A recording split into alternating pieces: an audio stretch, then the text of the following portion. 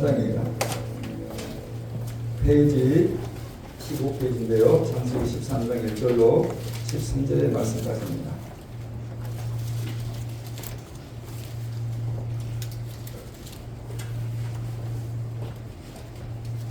1절 13절 말씀 길기 때문에 한 절씩 말씀을 교도할 때 제가 먼저 1절을 봅니다. 아브람이 애굽에서 그와 그의 아내와 모든 소유와 롯과 함께 내geb으로 올라가니 아브람의 가축과 눈과 금이 풍부하였더라. 그가 내굽 위에서부터 길을 떠나 베델에 이르며 베델과 아이 사이 곧 전에 장막 쳤던 곳에 이르니 그가 처음으로 전을 쌓은 곳이라. 그가 거기서 여호와의 이름을 불렀더라. 아브람의 일은 높고 양과 소와 장막이 있으므로 그 땅이 그들이 동거하기에 영원하지 못하였으니 이는 그들의 소유가 많아서 동거할 수 없었습니다. 그러므로 아브람의 가축의 목자와 롯의 가축의 목자가 서로 다투고 또 가나안 사람 브리스 사람도 그 땅에 거주하였는데 아브람이 이르기를 우리는 한 친족이라. 나나 내 목자나 내 목자나 서로 다투게 하지 말자. 네 앞에 온 땅이 있지 아니하냐. 나를 떠나가라. 네가 자하면 나는 우하고 네가 우하면 나는 자하리라. 이에 롯이 눈을 들어 요단 지역을 바라본즉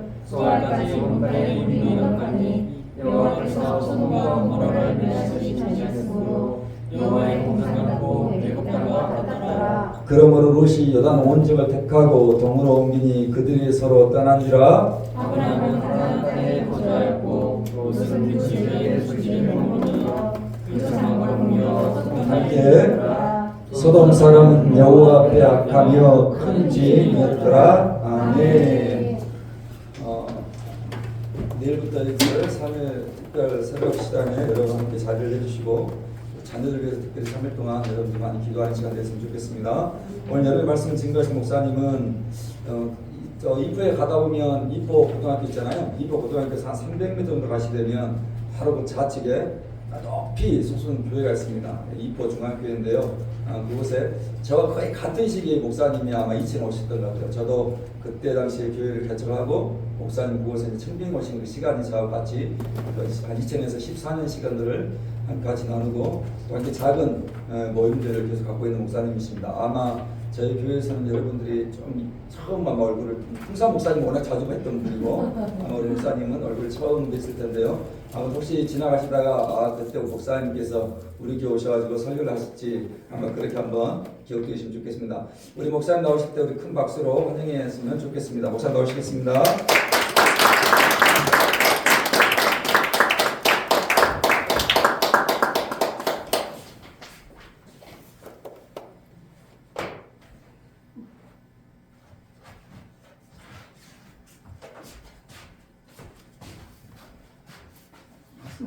벗어도 되나요?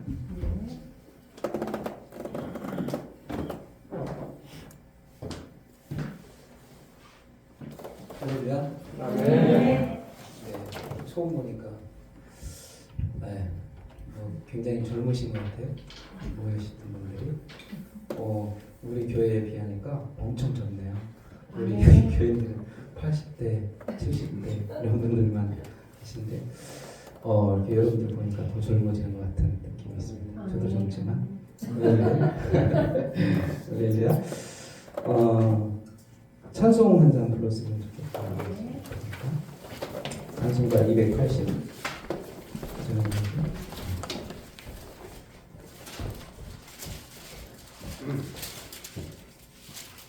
289장. 다 아시죠? 우리 교회는 복음성가는 잘 안 부르고요. 찬송가 연주해 드셔서 복음성가를 잘 몰라셔서 찬송가. 네, 저는 찬송가를 굉장히 좋아합니다. 289장. 할렐루야. 아멘. 박수 치시나요? 네. 네, 박수 치고 심차게 박수 치면서 부르면 좋겠습니다.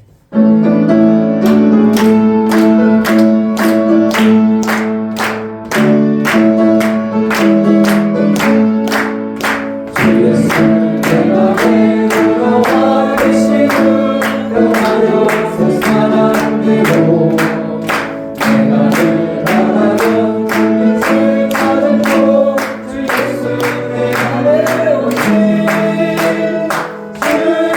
예수 내 맘에 오시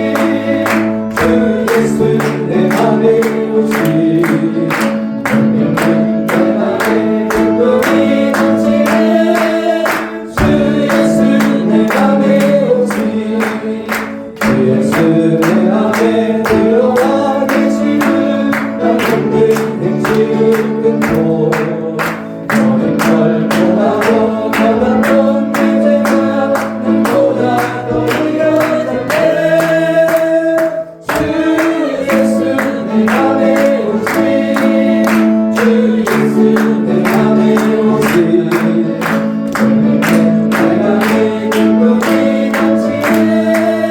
주 예수 내 안에 오시 내 맘에 소망을 든든히 가지는 주 예수 내 안에 오시 의심의 구름이 사라져 버리고 주 예수 내 안에 오시 주 예수 내 안에 오시 주 예수 내 안에 오시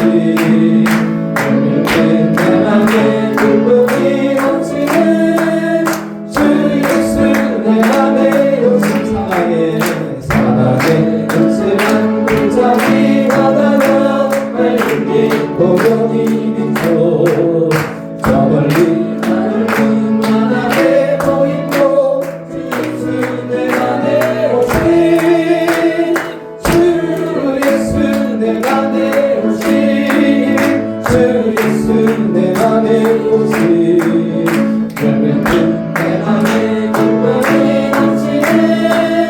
주 예수 내 안에 오시 내가 천성에 올라가 섬기는 주 예수 내 안에 오시 천성에 올라가 주님을 배우니 그 기쁨 비밀대 없네.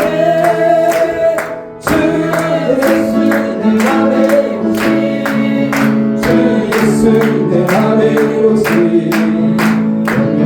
내 맘에 기쁨이 넘치는 주 예수 내 안에 오시.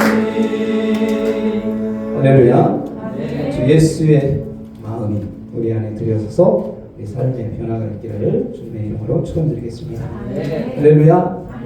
아멘. 우리가 처음 이렇게 만나면 좀 낯설기도 하죠. 저 사람이 누굴까 궁금하기도 하고요.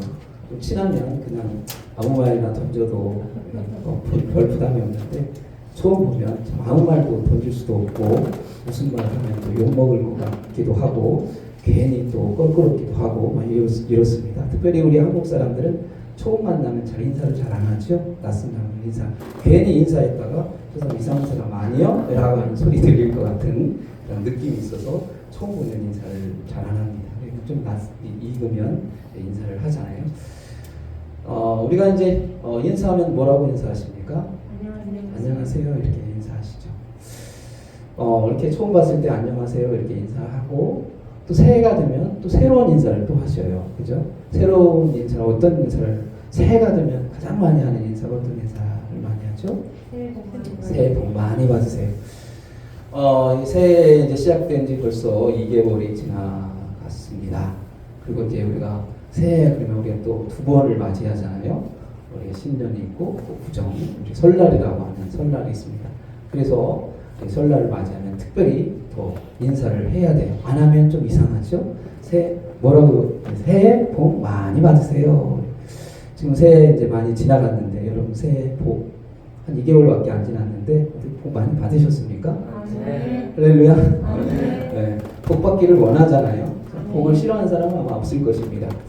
그렇다면 중요한 것은 그 복이 뭐냐라는 것이죠. 복이 뭐냐? 내가 복 많이 받으세요 라고 얘기하는데 복을 어떤 것을 받아야 내가 복 받았다라고 얘기를 할 수 있을까? 어떤 것이죠? 뭘 받아야 내가 복을 받았다고 얘기를 하는데 다른 사람한테 나 복 받았어. 뭘 받았는데 뭔가 있어야 될 거 아니에요. 뭘 받았어야 복을 받았다라고 얘기를 할까요? 여러분들은 뭘 받았을 때 나 복 받았어 이렇게 말합니까? 뭐 노트 받으면 복 받았다 이렇게 얘기합니까? 뭘 받았을 때 복 받았다고 얘기할까요? 만사형통. 네? 만사형통. 만사형통. 네, 뭐 만사형통. 그래서 만사형통 구체적이 뭐예요? 만사형통인데 만사 다 잘 되는 건데 그럼 구체적으로 더 들어가야 되죠. 구체적으로. 우리 전통적으로 복 받았다라고 얘기했을 때 5가지 복을 이야기하고 있어요. 첫 번째는 뭐냐면 잘 사는 거예요. 잘 사는 부자가 되는 거죠. 그다음 부귀, 예, 명예를 얻는 겁니다. 어떻게 하면 명예를 높은 자리에 어떤 높은 자리에 올라갔으면 좋겠다. 예, 그죠? 세 번째는 뭡니까? 강령이에요. 강령. 건강하게 사는 거. 나의 인생 건강하게 살았으면 좋겠다. 이 강령. 네 번째는 고종명입니다. 고종명. 하늘이 나에게 부여한 만큼 내 생애를 살다가, 그죠? 그러다가 하늘 내가 죽었으면 좋겠다. 중간에 사고 안 나고 중간에 병들지 않고, 그래서 그냥 오랫동안 내 명예, 그냥 내 명, 하늘에서 주신 내 명대로 살다가 죽는 거, 이것이 복이다. 이렇게 생각을 했습니다. 마지막 다섯 번째는 뭘까요? 유호덕이라고 얘기합니다. 이 땅에 살면서 선을 베풀고 덕을 많이 쌓았으면 그 사람은 복받은 사람이다. 이렇게 우리 조상들이 그렇게 생각을 했습니다. 이렇게 생각하면 참 복받았다. 이렇게 이야기를 하고 후대 사람도 저 사람 참 돌아갈 때 보니까 제명에 잘, 그리고 선을 많이 베풀었다. 참 잘 돌아가셨다. 인생 참 잘 사셨다. 참 복받은 분이다. 이렇게 말할 수 있을 것입니다. 그렇죠? 성경에서는 어떤 복을 말씀하고 있습니까? 예수님도 많은 복을 말씀해 주셨죠. 8복. 심령이 가난하고 온유하고, 그 다음에 화평케 하고, 이렇게 의에 줄이고 의에 줄이고 목마른 자 복이 있다. 이렇게 이야기를 하고 있습니다. 이게 여러 가지 복을 말하고 있는데, 여러분들은 어떤 복을 받기를 원하십니까? 나 세상적인 복이 싫어. 하나님이 주신 성경적인 복만 받고 싶어. 의에 줄이고 목마르고 화평케 하고 이런 심령이 가난한 그런 나는 복을 받고 싶어 라고 생각하십니까? 어떤 복을 받고 싶은가요? 부자가 되고 싶진 않습니까? 명예를 얻고 싶진 않습니까? 건강하게 오래 살고 싶진 않습니까? 저는 부자로 살고 싶어요. 솔직히. 그런데 돈이 잘 안 생기니까 부자로 못 사는 것이지만, 아무튼 마음은 부자가 됐으면 좋겠다라는 마음이 있습니다. 교회도 크게, 엄청 크게, 세계에서 제일로 크게 교회를 짓고 크게 살았으면 좋겠다라는 것도 어쩌면 한 가닥의 희망입니다. 그런데 내가 볼 때 나는 불가능하네. 그냥 포기했으니까 그냥 그러려니 생각하면서 그냥 주어진 일에 열심히 하자. 내 교회에서 뼈를 묻자. 이렇게 다른 마음은 있어도 그렇게 생각하고 열심히 살자라고 살고 있습니다. 아무튼 많은 사람들은 복받기를 원하고 그것을 희망하지만 또 현실과 나와 좀 많은 차이가 있어서 그냥 포기해서 이대로 살자 이렇게 이야기할 수가 있을 것이죠. 오늘 본문에 나오는 이 아브라함은 어떤 복을 받았을까요? 제가 보니까 우리 조상들이 말했던 이 5가지의 복, 이 복을 아브라함이 받았을까 생각해 보니까 제가 생각해서 계산해 보니까 다 받았어요. 아브라함이. 그죠? 부자로 돼요. 부자로 살잖아요. 땅이 너무 많아가지고 족하고 싸우잖아요. 야, 네가 저쪽에 가지고 나는 이쪽 가질게. 이렇게 하면서 아주 풍요를 누리는, 그죠? 그렇게 명예롭게도 살았던 것 같아요. 많은 후대의 그 시대에도 역시 많은 사람들이 아브라함을 존경했고요. 그 시대뿐만 아니라 많은 시간이 흘렀던 지금 시대에 와서도 우리들도 우리 아브라함을 믿음의 조상이라고 이렇게 추대하고 있고, 그 명예는 정말로 대단한 명예를 가지고 있는 분이 바로 아브라함인 것 같습니다. 그렇죠? 이런 아브라함, 그리고 강령, 건강하게 살았잖아요. 건강하게 됐어요. 고종명, 자기 생명 다할 때까지 살았잖아요. 175세까지 살았어요. 이 정도 살았으면 많이 살지 않았나요? 여러분들 175세까지 살고 싶지 않으세요? 저도 한 175세까지 살고 싶은데 그렇지 못할 것 같은 생각이 듭니다.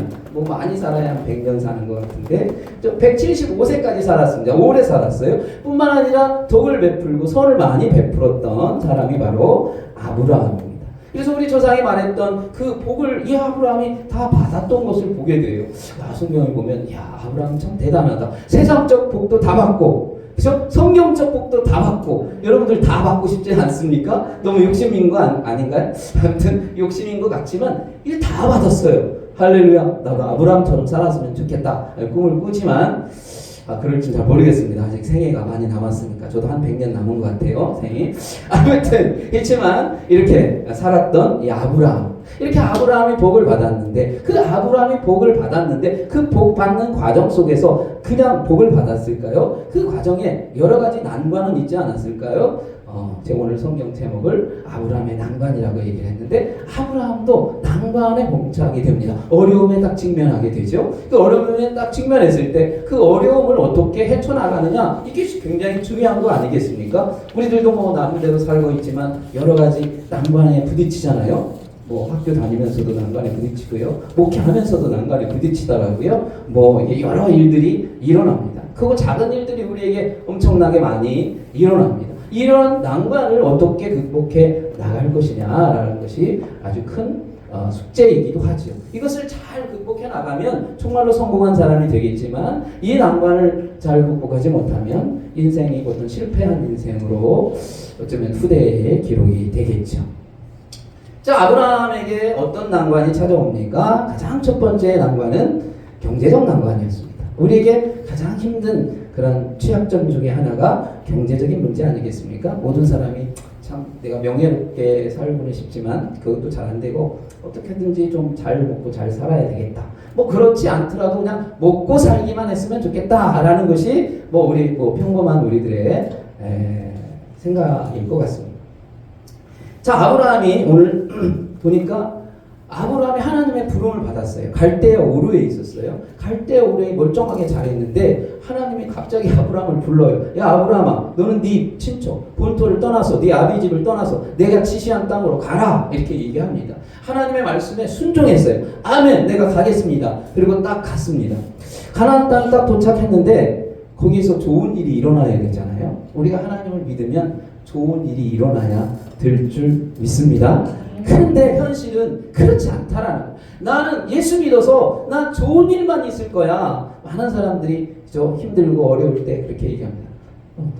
교회 가봐. 교회 가면 문제 해결돼. 건강해져. 아니면 저 가난하게 살면 부자 될 수 있어. 이렇게 얘기합니다.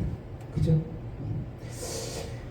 예, 분명히 하나님의 말씀을 들었습니다. 음성을 들었습니다. 그 말씀을 믿고 할렐루야 하면서 갔습니다. 가나안 땅에 딱 갔는데 뭐가 딱 닥치게 됩니까? 극심한 가뭄이 들기 시작합니다.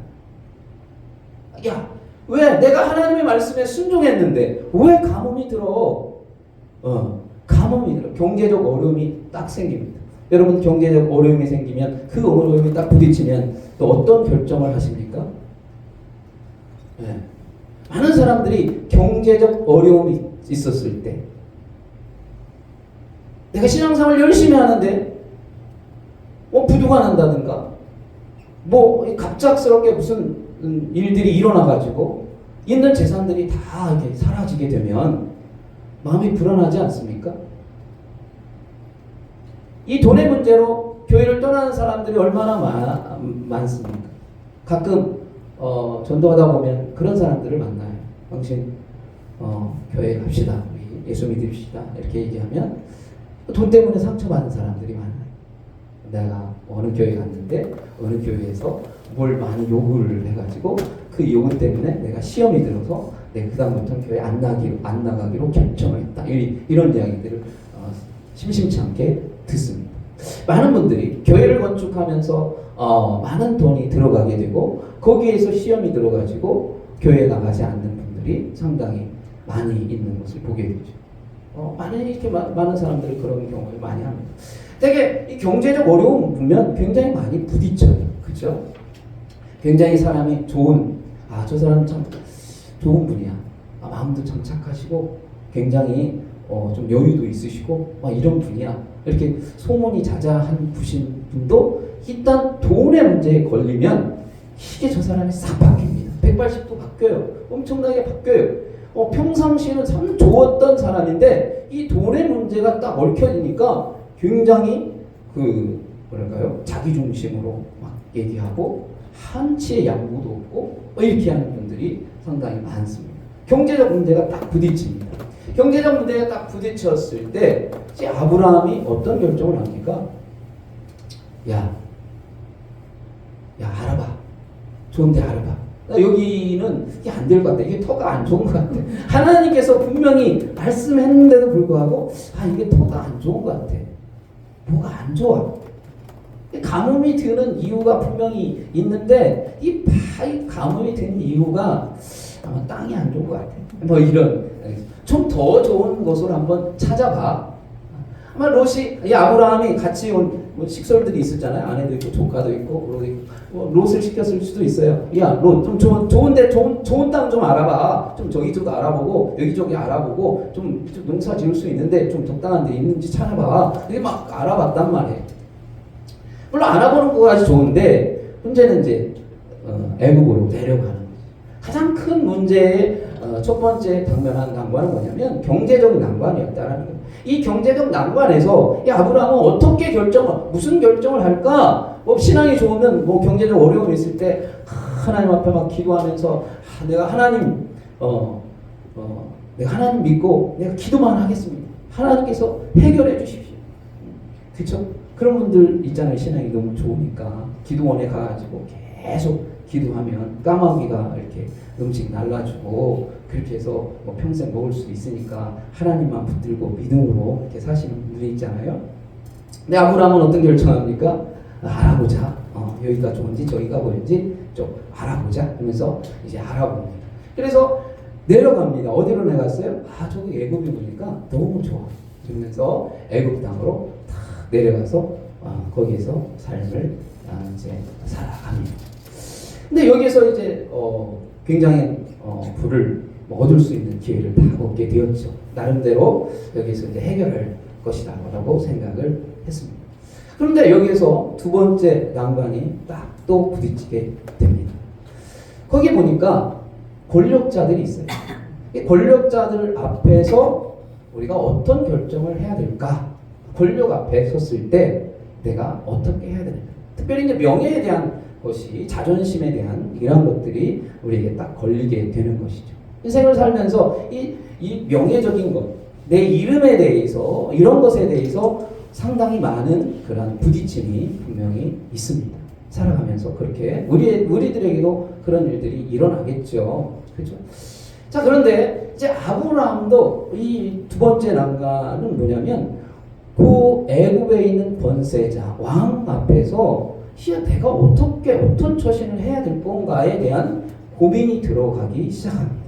근데 어떻게 해야 되지? 여기서 라는 생각이에요. 그렇게 생각을 하다 보니까 어떻게 합니까? 잘 보여야 되겠다 하는 생각이 들죠. 나 여기서 잘 보여가지고 어떻게든지 이 애굽에서 살아나야 돼. 우리가 어디 직장에 딱 들어가면 눈치 보지 않습니까? 상관의 눈치를 보잖아요. 내가 어떻게 하면 여기서 살아날 수가 있을까? 가장 잘 사는 사람은 어떤 사람입니까? 눈치 잘 보는 사람이 잘 사는 사람 아닙니까? 눈치가 빨라야 돼요. 우리나라에서 살아남기 위해서는 눈치가 빨라야 된다는 거예요. 정말 눈치가 없으면 성공할 수가 없어요. 눈치가 빨라야 돼요. 이렇게 눈치를 딱 봐가지고 어떻게 처신을 해야지. 그죠? 빨리빨리 처신을 옮겨야 돼요. 빨리. 이렇게 처신을 옮겨야 되는 상황이 이 아브라함에게 딱 오게 된 것이죠. 근데 아브라함이 이렇게 상황을 눈치를 쫙쫙쫙 봅니다. 눈치를 보다 보니까 아내를 딱 쳐다봤어요. 아내가 예쁜 거야. 너무 예뻐. 우리 황 목사님 사모님도 너무 예쁘잖아요. 이렇게 예뻐요. 그래서 아브라함이 이쁘니까 계산을 하는 거야. 계산을 한번 해보자. 계산을 합니다. 내 아내가 이쁘단 말이야.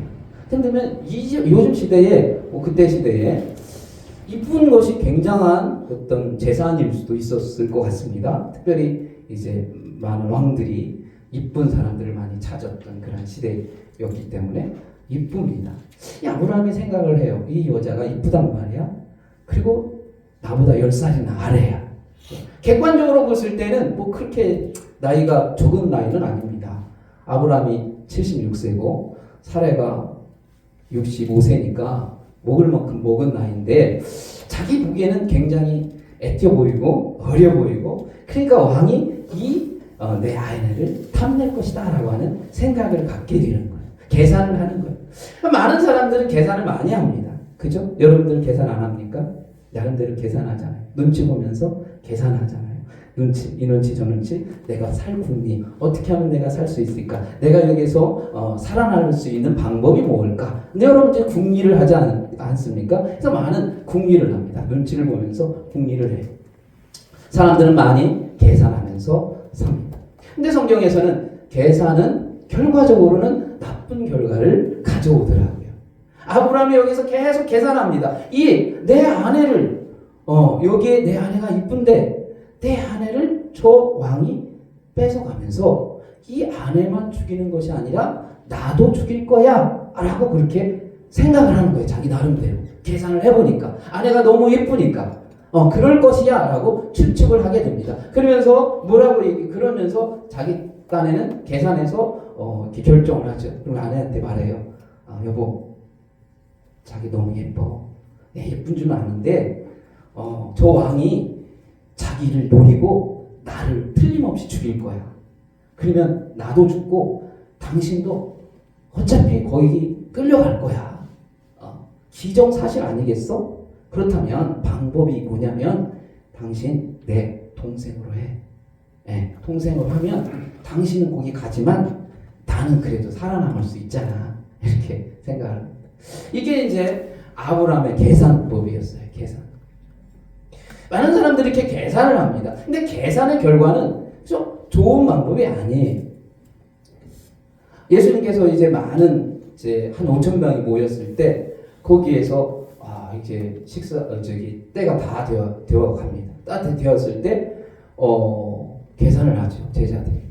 야, 이 사람들 다 먹이려면 얼마가 들지? 계산을 두드립니다.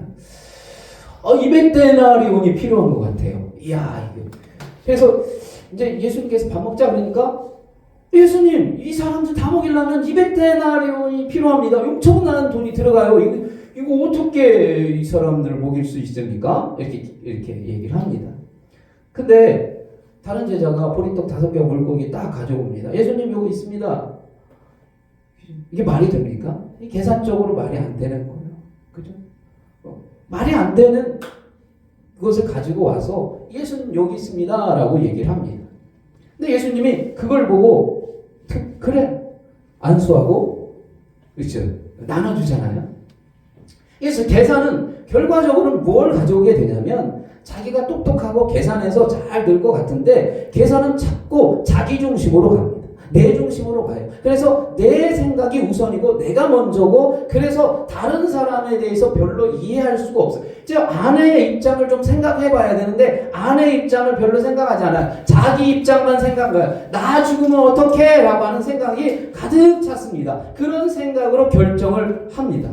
그래서 아내한테 이야기하죠. 당신 내 동생이라고 해. 내 누이라고 해. 라고 얘기를 합니다. 성경에 보니까 사례가 이렇게 그대로 결정하죠. 네, 알겠습니다. 굉장히 순종적이죠.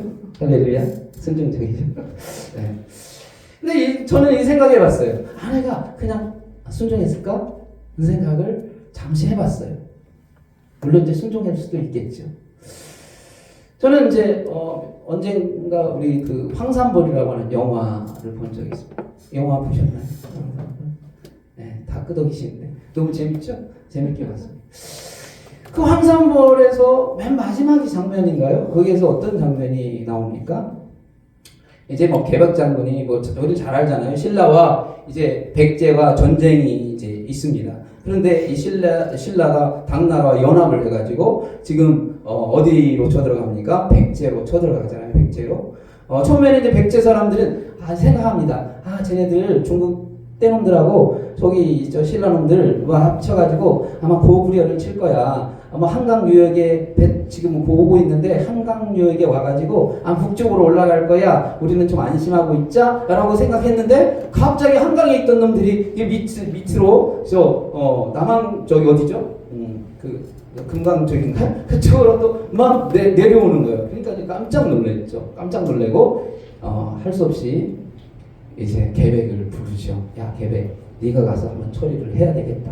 너 믿을 놈이 너밖에 없지 않냐? 이렇게 하면서 계백을 보냅니다. 그러니까 계백이 가요. 계백의 상황을 딱 보니까 어떤 상황입니까?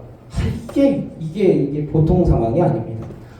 이 사람들이 또 정치꾼들은 맨 싸운다고 저 준비 하나도 전쟁 준비 하나도 안 하고 이게 보니까 이게 틀림없이 이게 질 것 같습니다. 그래서 계백이 나가기 전에 집에 가죠. 그래서 이제 가족들을 다 죽이고 전쟁에 각오를 가지고 죽기로 나도 죽기로 각오하고 신라와 싸우기로 하면서 가죠. 그래서 이제 전쟁이 탁 시작되는 그 과정들이 남아 있습니다. 그럼 맨 마지막에 이제 그 이제 상황을 다시 리바이를 하면서 보여주죠. 계백이 가족들을 다 부릅니다. 가족 다 부르면서 칼을 쫙 빼면서 이야기하죠. 사람이 우리가 깨끗하게 죽자. 호랭이가 죽어서 꺼죽을 남기고 사람은 죽어서 명예를 남기는겨. 우리 여기서 깨끗하게 죽자. 이러면서 이제 칼을 딱 빼면서 확 죽이려고 하죠. 그때 아내가 뭐라고 합니까? 아이를 다 뒤로 밀으면서 야! 그 말은 우리를 죽이는겨. 호랭이가 꺼죽 때문에 죽는 거고 사람은 이름 때문에 죽는 거요. 이렇게 하면서 팍 가로막고 팍 항의하죠. 그런 광경이 이제 황산벌에서 나옵니다. 또 이 광경을 쫙 보면서 사례가 아마 그러지 않았을까 생각을 합니다. 야! 네가 남편이 내 남편이야? 네가 내 남편이냐고? 네가 맞아? 나를 팔아먹으려고? 네가 그러면서 어떻게 아래를 팔아먹는 그런 남편이 어디 있어? 이러면서 아마 딱 따지지 않았을까? 성경에 나오지 않지만 제 생각 속에 그런 생각이 들어요. 그래서 막 따졌다라는 얘기했을 거죠. 근데 아브라함이 그걸 어떻게 합니까? 자기 아내를 팔아버렸어요. 팔아버리는 그런 일이 일어납니다. 팔고 좀 자숙하고 내가 잘못했다 그래야 되는데 거기 보니까 이 바로 왕이 뭐 소양 뭐 엄청나게 줘요. 그러니까 이 아브라함이 그걸 쫙 받습니다. 이렇게 자기의 중심적인 생각을 가지고 계산하는 그 계산 속에서 이 아브라함은 어떻습니까? 그죠. 잘못된 결정을 하게 됩니다. 이게 아브라함이었습니다. 세 번째 난관이 오늘 본문에 나오는 난관이죠. 어떤 난관입니까?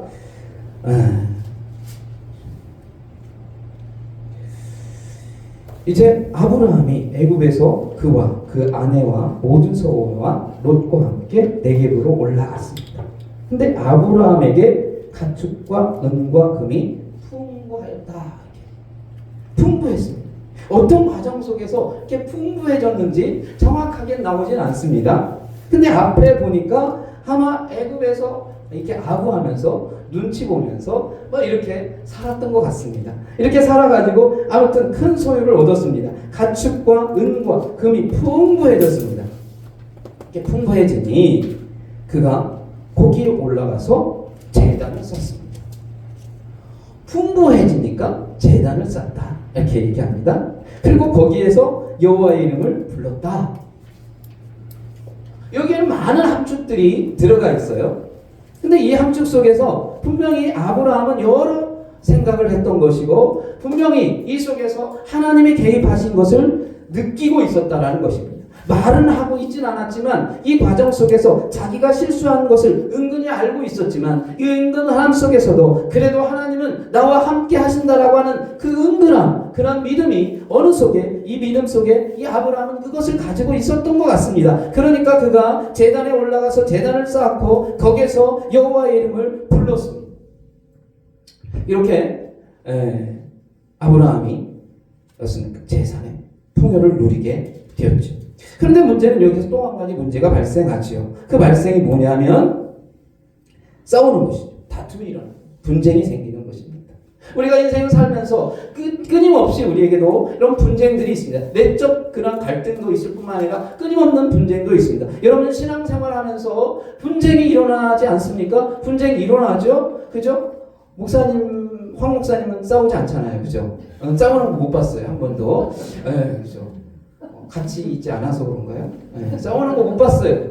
가끔 승질내는 건 봤어도 싸우는 건 못 봤습니다. 아무튼 이 다툼이라는 것이 항상 일어날 수밖에 없는 것이 우리 인생사 아닙니까? 저도요 우리 집사람과 엄청 친합니다. 제가 우리 집사람과 결혼했는데 그저 사이가 엄청 좋아요. 그래서 우리와 둘이는 싸움을 절대 하지 않는 것 같지만 싸움하죠. 그죠? 저도 엄청나게 싸웁니다. 그죠? 치고받고는 못해요. 내가 치면 내가 더 많이 맞으니까 차라리 내가 안 칩니다. 그래서 우리는 분쟁을 안 하려고 하지만 역시 사람의 사는 사이 속에서는 분쟁이 끊임없이 일어날 수밖에 없습니다. 이건 필연적인 거예요. 여기서 부부싸움 안 하실 분 손 들어보세요. 네. 손 드시는 분도. 가려워서. 분쟁의 문제입니다. 분쟁이. 여러분, 이 아브라함에게 이 분쟁의 이 싸움의 이 문제가 또 부딪히게 되는 것이죠. 어쩌면 우리의 인생사와 비슷한 것 같습니다. 이렇게 아브라함과 이제 롯과의 분쟁이 일어났죠.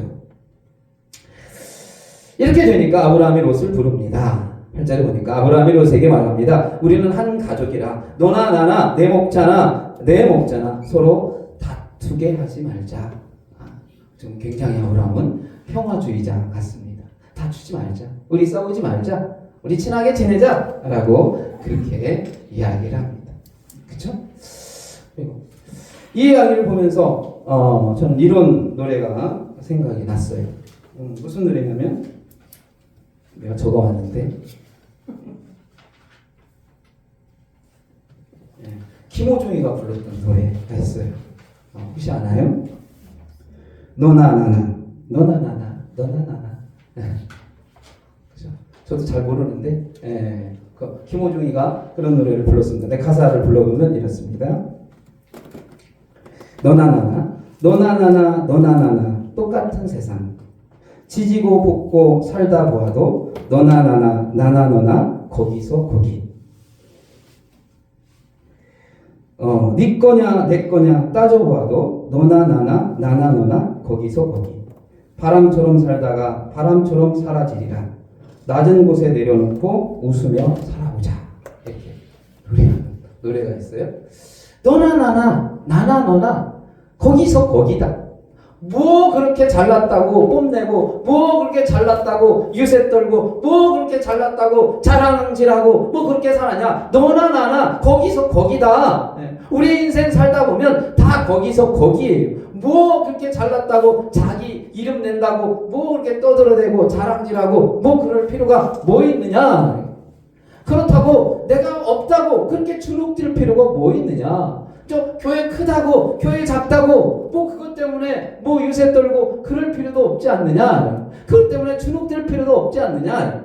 내가 큰 교회 다닌다고 내가 작은 교회 다닌다고 주눅들 필요 없다 이거예요. 그죠? 너나 나나 다 거기서 거기에 그죠? 똑같이 2m 안 되는 것은 다 똑같은 것이잖아요. 그잖아요. 어차피 거기서 거긴데 뭐 그렇게 잘났다고 그렇게 할 필요가 뭐 있느냐라는 것이 우리 인생사의 노래인 것 같습니다. 그렇죠?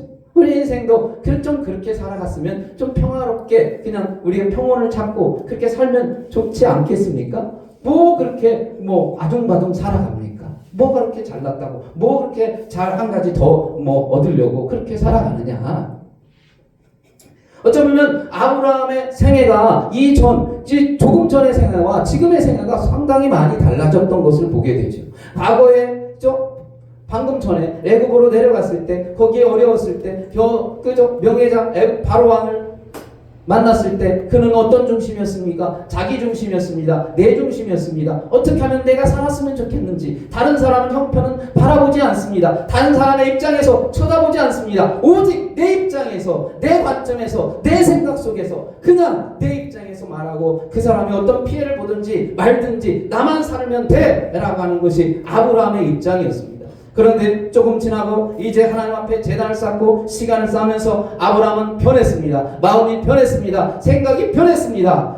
내 생각이 변했습니다. 변해서 이제는 내 중심이 아니라 이타적인 중심, 다른 사람 중심으로 변해가고 있는 이 아브라함의 모습을 보게 됩니다.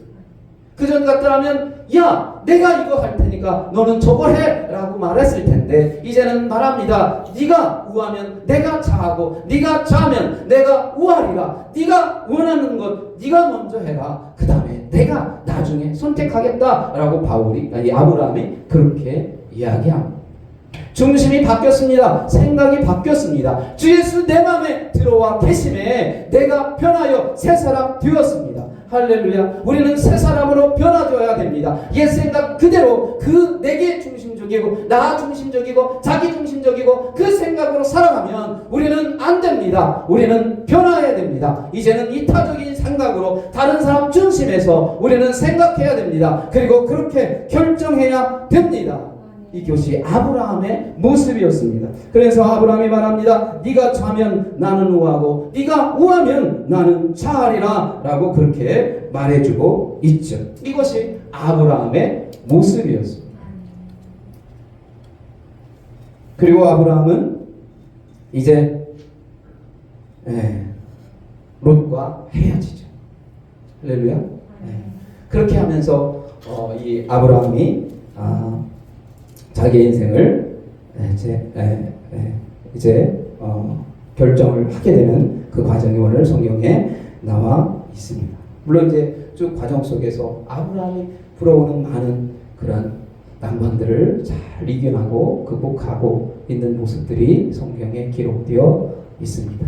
물론 이런 과정 속에서 이제 아브라함은 믿음의 조상 그리고 정말로 하나님이 약속한 그 약속을 부여잡는 귀한 은혜를 누렸던 이 사건들을 우리는 성경 창세기에서 볼 수가 있습니다.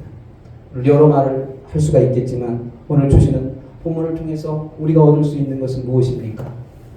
우리의 중심인 내 중심이 아니라 내 관점이 아니라 다른 사람의 관점, 다른 사람을 이해할 수 있는 그런 관점으로 우리의 삶이 변화될 수 있는 귀한 은혜가 저와 여러분들에게 있기를 주님의 이름으로 축원드리겠습니다. 기도합니다. 사랑하는 하나님 감사합니다. 오늘 짧은 시간이지만 하나님께서 주시는 하나님의 말씀 기억해 봅니다. 어쩌면 아브라함의 인생 속에서 자기가 살기를 원해서 눈치를 보면서 인생을 살았습니다.